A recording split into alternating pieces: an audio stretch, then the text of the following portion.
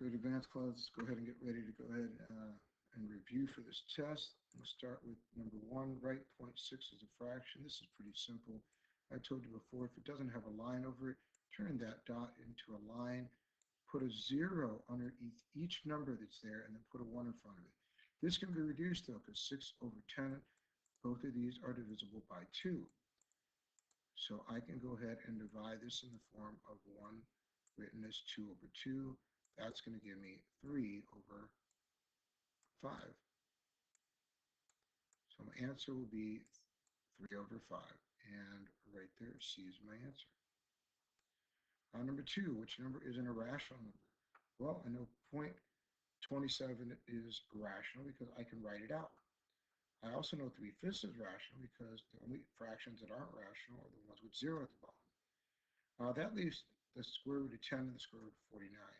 Square root of 49 is rational because the square root of 49 is 7, and that's a rational number. But square root of 10 is not rational. Watch what happens when I put it in this calculator here. The square root of 10 is an irrational number. It goes on forever. So B is my answer. Number 3, what is the side length S of the square below? I hope nobody misses this one. So the area is 144, which means that we're saying we need to take 144 and find the square root of it. What number multiplied to itself will give us 144? We all know that's 12.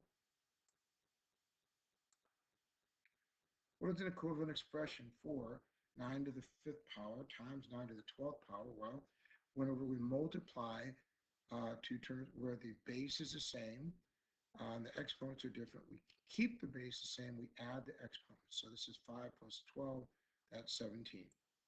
B has to be the right answer.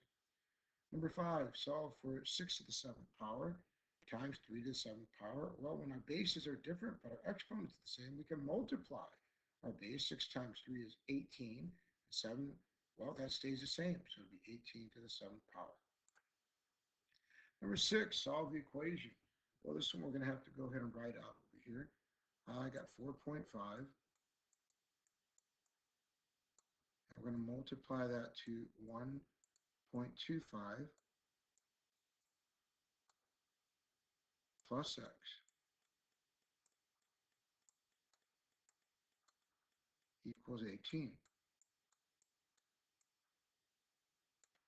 Now I've got to do some math here and use my calculator to save us some time. We know that 4.5 times 1.25, 4.5 times 1.25, that's going to equal 5.625.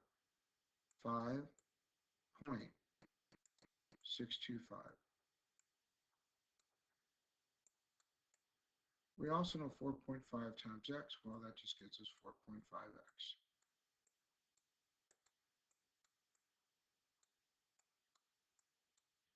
Now this has to equal 18.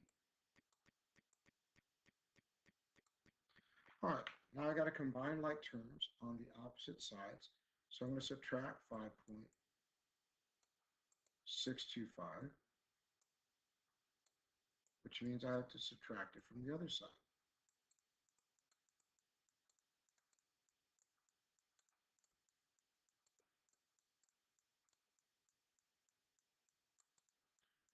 When I do this in my calculator, let's see, 18 minus 5.625.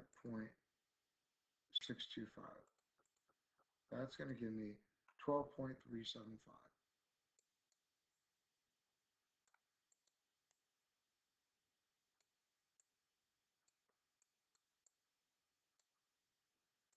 All right, and that's got to be equal to 4.5x. Now to get x alone, I have to divide 4.5 away. Whatever I divide from one side, I have to divide from the other. And suddenly I have 12.375 divided by 4.5.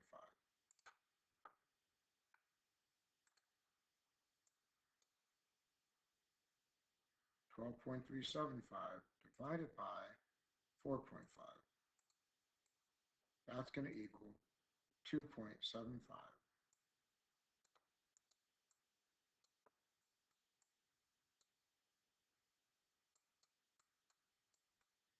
All right, 12.75 would be A.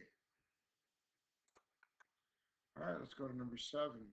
Natalie budgets $176 for yoga training. She buys a yoga mat, spends $15 on the yoga mat, and $11 per day on yoga classes, which inequality represents the number of days that Natalie can take the class to stay within her budget. Well, to do this, we know that everything costs $176, so everything's going to be equal to that. We know the mat only cost 15 bucks. There wasn't more than one mat that she bought, so that's $15 that we're adding to, well, there's 11 per day. We don't know how many days, so it'll be 11 times X. Well, actually, they said to use D for days, so I have to take that X and turn it into a D. All right, let's see which one of these matches this. Oh, I forgot, this is an inequality. Well, I'm going to say that in order to do an inequality, remember, all the money has to be less than $176. So I'd have a symbol like this. All right, so 176, these all have 176. It could be greater than or equal to. So we're looking at possibly B or possibly D. And then it says 15 plus 11D. Well, there's no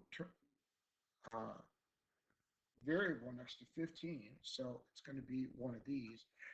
We already said that it had to be less than, so I'm going to go with B. 176 is less than, and all we did was reverse these, right? 15 plus 11D. All right.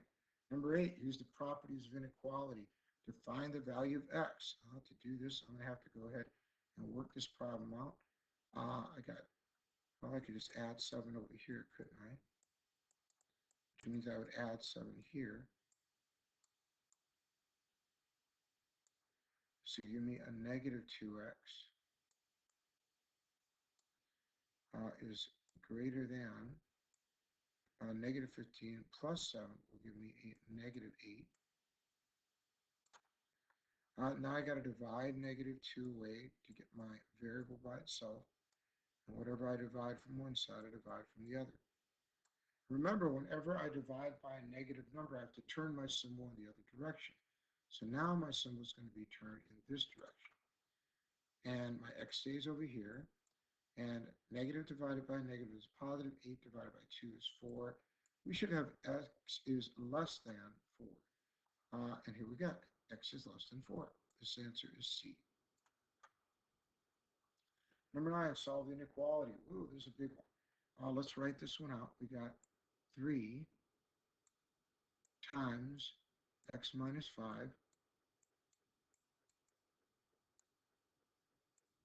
We're going to subtract 5x from that. All that has to equal negative 25 plus 6x. All right, if I do this, first thing I have to do is distribute properties here. 3 times x, that's 3x. 3 times negative 5, that's negative 15. Then minus 5x.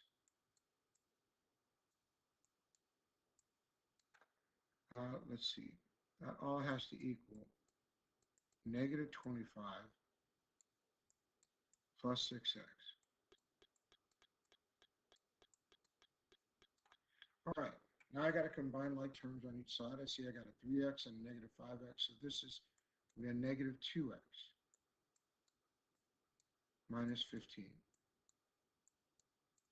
I do this because when my signs are different, I find the difference. That's the big number minus the small number. Keep the sign of the big number. That's going to equal 25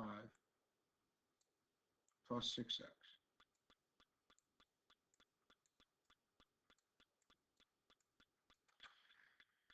Now I realize I got to combine like terms. I'm going to start with the one with the variable to make sure I get a positive one. So I'm going to go ahead and add 2x over here. If I add 2x here, I've got to add 2x here. Be careful with how I wrote everything down. I noticed over here I have a negative number, which means this should have been a negative 25.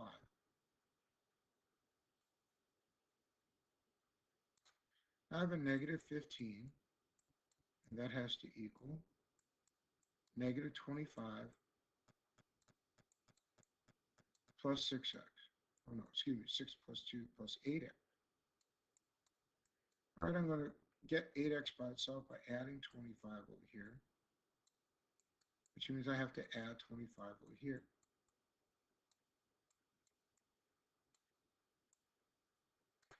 Now I have 8x by itself, and I have 25 minus 15, that's 10. To get x by itself, I'm going to divide it by 8. Now I got 8 over 10, which is actually 1 2/8, which would be equal to 1 1/4. All right?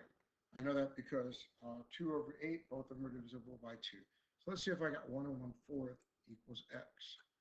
Over here, x is 1 1/4. Look at that, right there, 8. Number 10, which linear equation represents the graph? Well, this isn't too hard. First of all, I know it's going downward from left to right. That leaves me with a negative rate. So it can't be A or C because these are positive. Next, I know it goes through 2, so that's my starting point. B represents the starting point, and there you go. D must be my answer. I could check the rate. I see that the 3 lines cross here and here. That means it goes down 1 and over 1, or over 2. That's 1/2. Negative 1/2 x plus 2. Number 10, the graph shows the number of gallons of water in a large tank as it's being filled. The linear equation 45 over 4x plus 45 represents the trend line. How long will it take to fill the tank with 400 gallons of water? Remember, x is going to be the time that we put in. The 400 gallons of water is the y. So we have the equation of 400 is going to be equal to 45 over 4x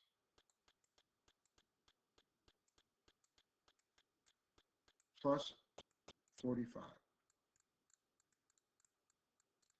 All right, now I'm going to combine my like terms. Remember, this is an equal sign here, not a less than sign. I want to correct that.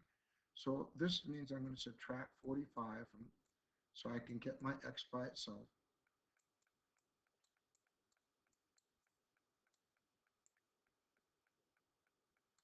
$45, 400 minus 45, that's 355.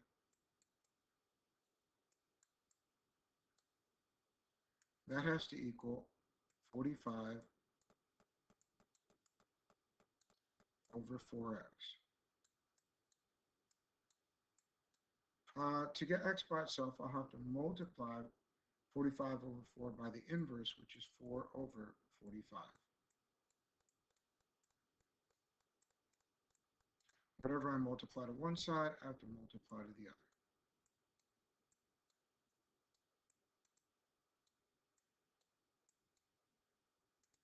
So, get my trusty calculator out again. I see that I'm going to take 4 times 355,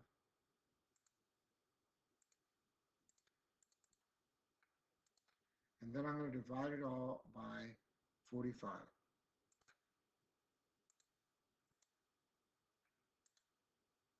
That gives me 31, 5 repeating. I know 5 is bigger than 5 or more, so I would have to turn this to 32 minutes because they asked for minutes. And here we go. How long will it take to fill it? 32 minutes. All right, number 11. What percent of right-handed people surveyed have artistic ability? Well, first thing I do is go to the right-handed people on the list. The right-handed people are down here. And artistic ability, if they have it, that's 15 which would mean 15 out of 92, right here, C. Number 12, how many solutions do these systems of linear equations have? Well, to do this, I'm going to put them in y equals mx plus b form. The first one is going to turn to 3y equals, I'm going to have to take the 4x and bring it to the other side, which means it will be a negative 4x plus 8. The next one, I'll take 6y and put it over here. And now I'll have to bring the 8x on the other side. So it's going to become a negative 8x. And then we're going to, it looks like equals 2, so we're going to be adding 2 because we did not move it to another side. Now I can go ahead and try to see if I can get a ratio of these. So I see 3 and 6. All I have to do is multiply 3 to 2 in order to get a 6y, so I'll do that. 2 times 3y would be 6y.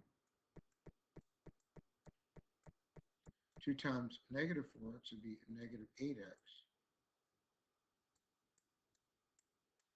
And 2 times 8, that's going to give us plus 16. 2 times that. All right, now I can compare these. I'm going to bring this down over here. 6y is the same, that's good. Negative 8x is the same. Remember our rules. If our if our rate is different, we'll always get one answer because we'll have 2 lines crossing each other. If our rate is the same, we have to look towards our B starting point, see where it starts. If they are the same, we have infinite amount of answers. But if they're different, it means that we have no answers, none. Okay? Because that means we're dealing with 2 parallel lines that are crossing through y at different points. Number 13, solve the system of linear equations. This will be a little bit more difficult. I got 3y. I'm sorry, I got 2y first. And I'm just going to type these out so I don't have to make it sloppy. Let's go with 2y. That's going to equal, when I move that x over to the other side, it's going to be a positive 5x. And that's still going to be a negative 2. All right. We're going to be comparing that to the next one, which is 3y. That's going to equal, well, when we bring that 2x over, it'd be a negative 2x. Okay, plus 35. All right, now we got to work these and see what's going to happen. First of all, I know that I'm going to get one answer just because my coefficients are different. What can I go ahead, and that by coefficients, I mean the rate in each one of these. Now I got to go ahead and compare these to find out how I can go ahead and isolate one of my variables. I'm going to go ahead and say that, well, 2y times, I can multiply this by 1.5. That would be kind of messy. I can also, I think what I'm going to do is multiply the first set by 3.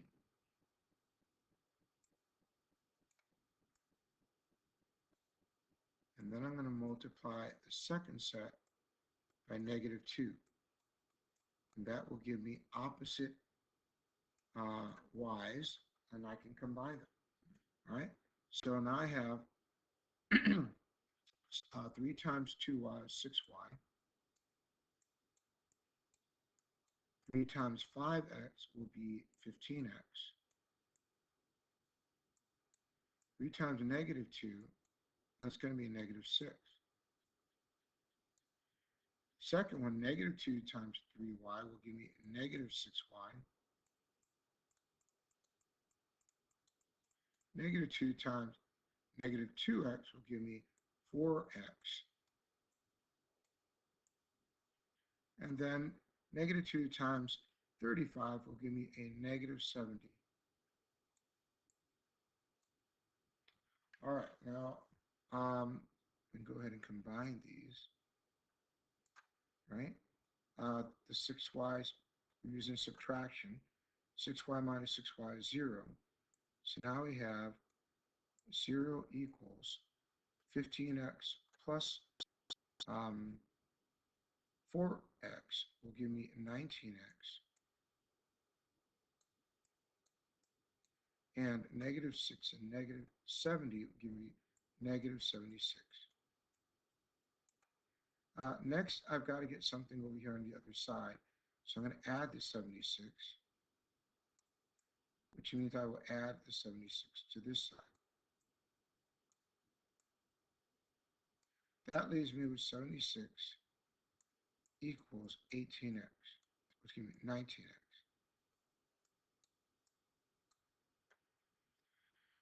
All right, let's go ahead and divide 19 away from x. And now I have to, let's see, I'll have to take 76 and divide it by 19. That means x is 4. Now that I know that, I can plug x in for one of my variables and find out what y is. I know that x is 4, so that means it's either going to be number 1 or number 3. Now I'm going to plug in x on the second equation for 4. That means I'll have 3y equals 2 times 4, which is 8. I'm sorry, this should have been plus, not equal sign.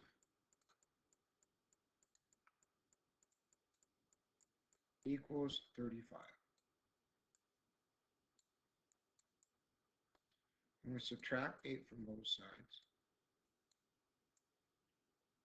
35 minus 8 gives us, well, I'm going to go with 27.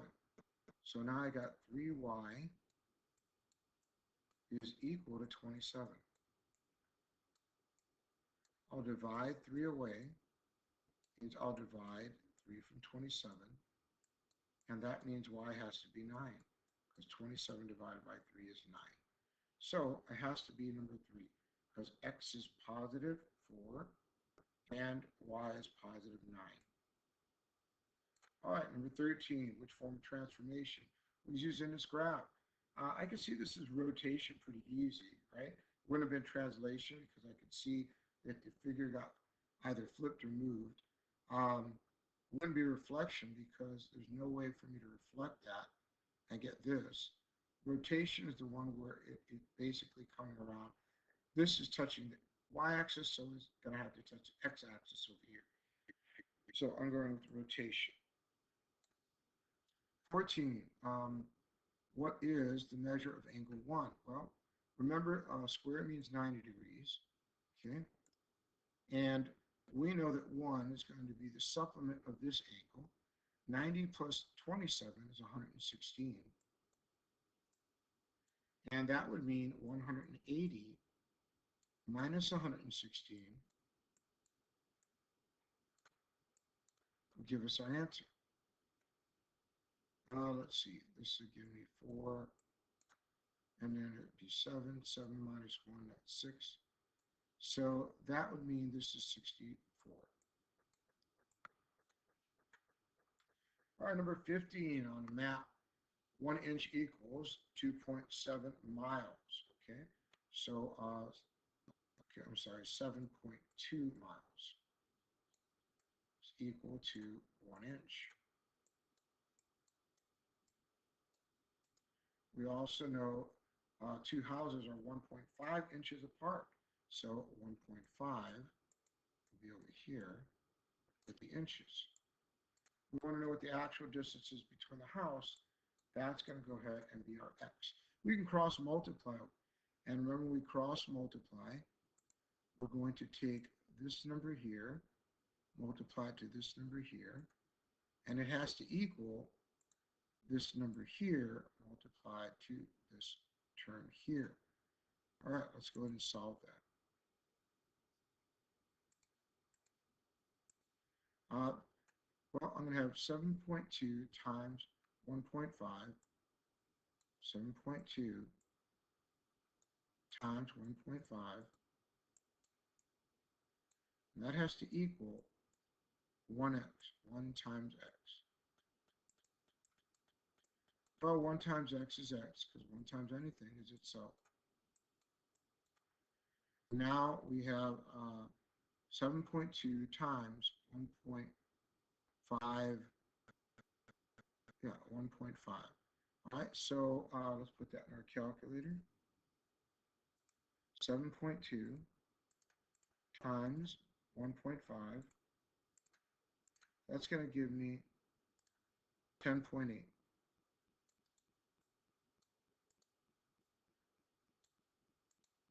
So my answer would be 10.8 miles.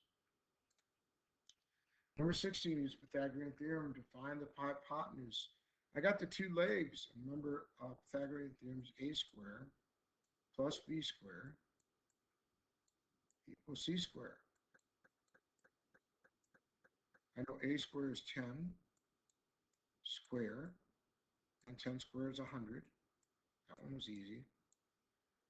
Plus b squared. I know b is 24. So 24 squared equals c squared. I got to figure out what 24 squared is. I use my calculator. And let's see, 24 squared is 576.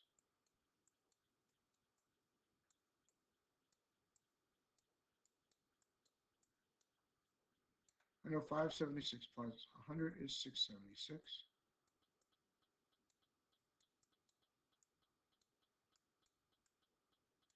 And now we have 676 is equal to c squared. Now I'm going to have to find the square root of 676 to find the square root of c. Well, we'll put 676 in the calculator and put the square root sign. That gives us 26. So c has to be equal to 26. That means my answer must be B. Next, the circumference of a circle is 50.24 meters. What is the area? Oh boy. Well, to find the area, I need pi r squared formula. Let's see. But since it gave me the circumference, I'll have to use the circumference formula to find the radius.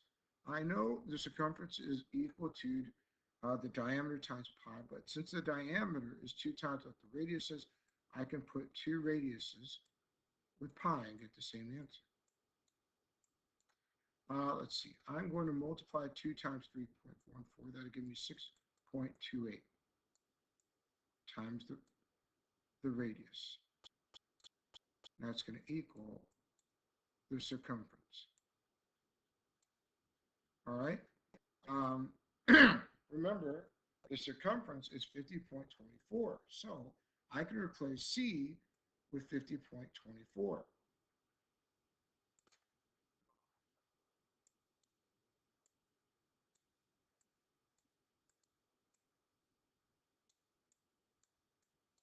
Ooh, that is ugly. Let me fix that up.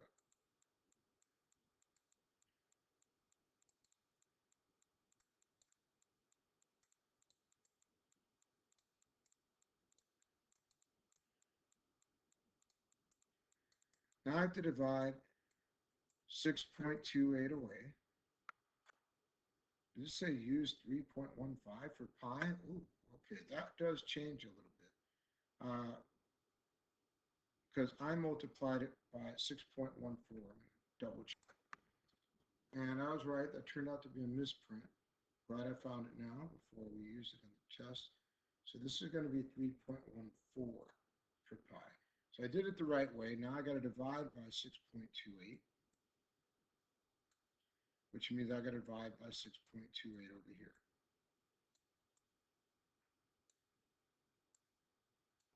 So now I have 50.24 divided by 6.28. Well, that was a little messy. Sorry. 50.24 divided by 6.28. That's going to give us 8. So that means our radius is 8. That's good to know because now we can put it in our formula. We got 8 squared times 3.14.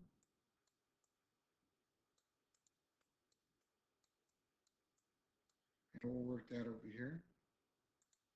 I know that 8 squared is 64.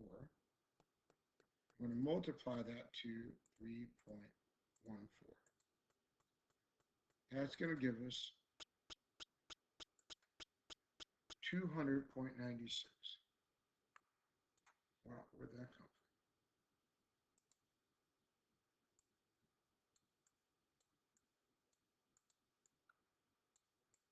So let's see if we got an answer for that. Oh, right there, 296D. All right, let's go to number 18.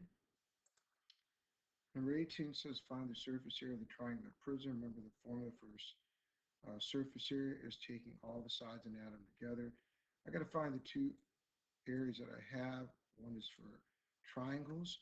The triangle's formula is 1/2 times base times height. That means I'll take 1/2 times 14 times 24.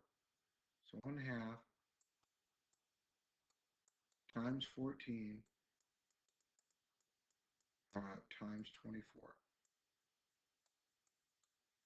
Well, I know 1/2 of 14 is 7. So there'd be 7 times 24.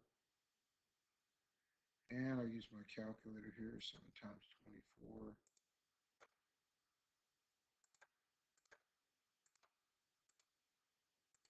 It's going to give me 168. I remember there are two triangles, the front and the back, so I'll have to multiply this to 2.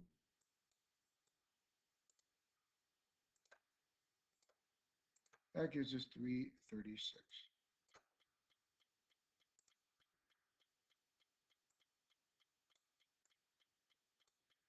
Next, I'm going to find the formula for my two rectangles that make up the side of my isosceles triangles. And that's going to be, let's see, 25 by 48. Remember, this is length times width. So we're taking 25 and multiplying it to 48. And there are two of them, right? So I'm going to multiply that also by 2. So it's like 25 times 48 times 2. That's going to give me 2,400. And lastly, we got the base, and the base is 14 by 48.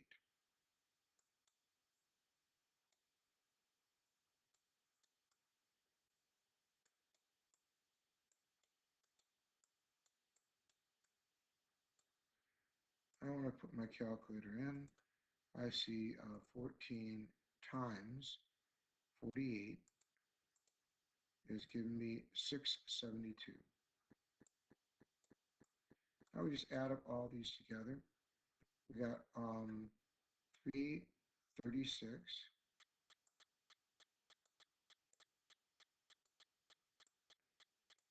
We got 2,400. And we're going to add them all to 672. I'm going to use my calculator on this one as well.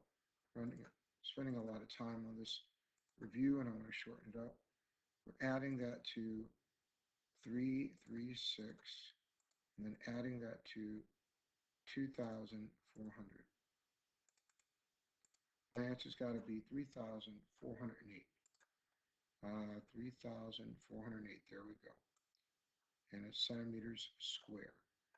Next, find the volume of a hexagonal prism. Ooh, this one's a little tough one. I'm going to erase some of my work here to give me some room.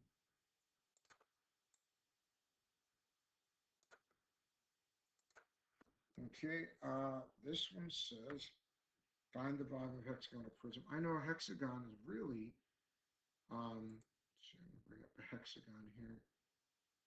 There we go. Has 6 sides to it. And if it has 6 sides, that means I can go ahead and slice this up into triangles, right? 6 triangles to be exact. This is messy triangles, but you get what I'm going at. So I'll use the formula for a triangle, which is 1/2 base times height. And I will multiply my answer by 6. That will give me the area of a hexagon. Let's see, my base is going to be 7. Remember, this is the center. And when I make a triangle, it's going to go here and here. So that's going to be 7 for my base. My height is going to be a little bit different. I look down here and I see to the center, which is where my center would be, 6.1. So this would be times 6.1. So I have 1/2 times 7 times 6.1 times 6. A lot of stuff there. I know 1/2 of 6 is 3. So I'll make this 3 times 7, and that's 21. So this is going to be 21 times 6.1. Let's find out what that is. 21 times 6.1 gives us 128.1.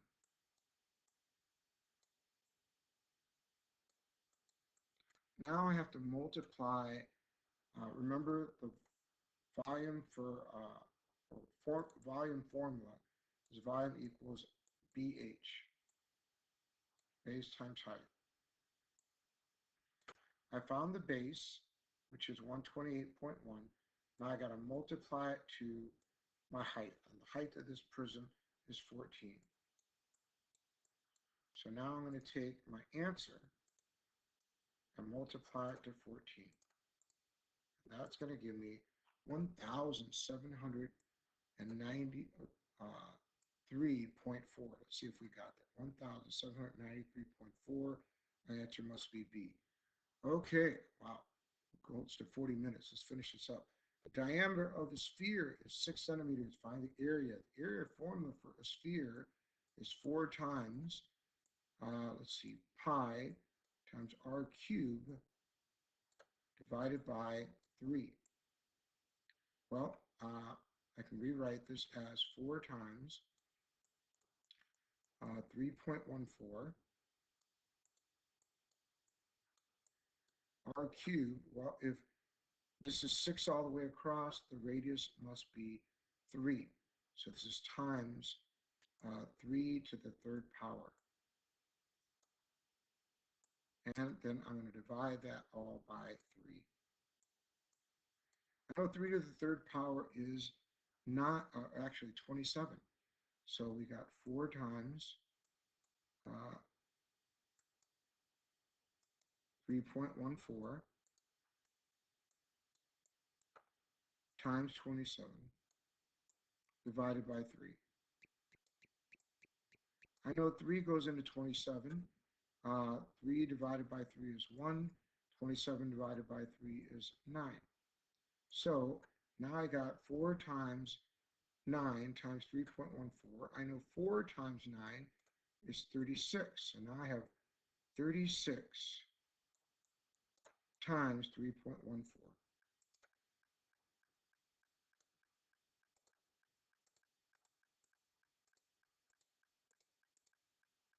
That's going to give us 113.04. Let's see if we got that. Look at that, 113.04 centimeters cubed. All right, looks like I finished just around 40 minutes. Sorry that took so long, but the test is going to be challenging for you.